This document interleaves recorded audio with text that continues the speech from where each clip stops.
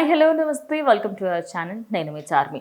మరి అటు పొలిటికల్ పరంగా చూసుకుంటే ఎక్కడ విన్నా కూడా అటు విజయవాడకు సంబంధించిన వరదల గురించి, అదేవిధంగా ఏలూరులో ముంపు ప్రాంతాల గురించి, మునిగిపోయిన కొన్ని ఏరియాల గురించి అయితే అందరూ మాట్లాడుకుంటున్నారు. ఇక దీనికి సంబంధించి అక్కడ కాకినాడ జిల్లాకి సంబంధించిన అటు కలెక్టర్కి అయితే మన డిప్యూటీ సీఎం కాల్ చేసి ఆయన మాత్రం ఆయనతో మాట్లాడి ఇటు ఎవరెవరికైతే సమస్యతో ఉన్నారో వాళ్ళందరికీ ఆహారం, నీళ్లు, అదేవిధంగా పాలని కూడా అందుబాటులో ఉంచాలని, వాళ్ళందరికీ సహాయం చేయాలని, ఎవరెవరికైతే ప్రాబ్లం ఫేస్ అవుతున్నారో వాళ్ళకి సంబంధించి వాళ్ళకి ఏమేం వసతులు కావాలి ఏంటి అనే దానికి సంబంధించి కూడా అందరూ కూడా జాగ్రత్త వహించాలని, అదేవిధంగా దీనికి సంబంధించి స్ట్రిక్ట్ ఆర్డర్స్ని అయితే కలెక్టర్కి ఇవ్వడం జరిగింది. ఇక దీనికి సంబంధించి ఆ కలెక్టర్ కూడా హుటాహుటిన అటు ఏరియాలో ఉన్న వాళ్ళందరికీ కూడా పాలు, అదేవిధంగా నీళ్లు, ఆహారం పంపిణీ చేసేదానికైతే ముందుకు వెళ్తున్నారు.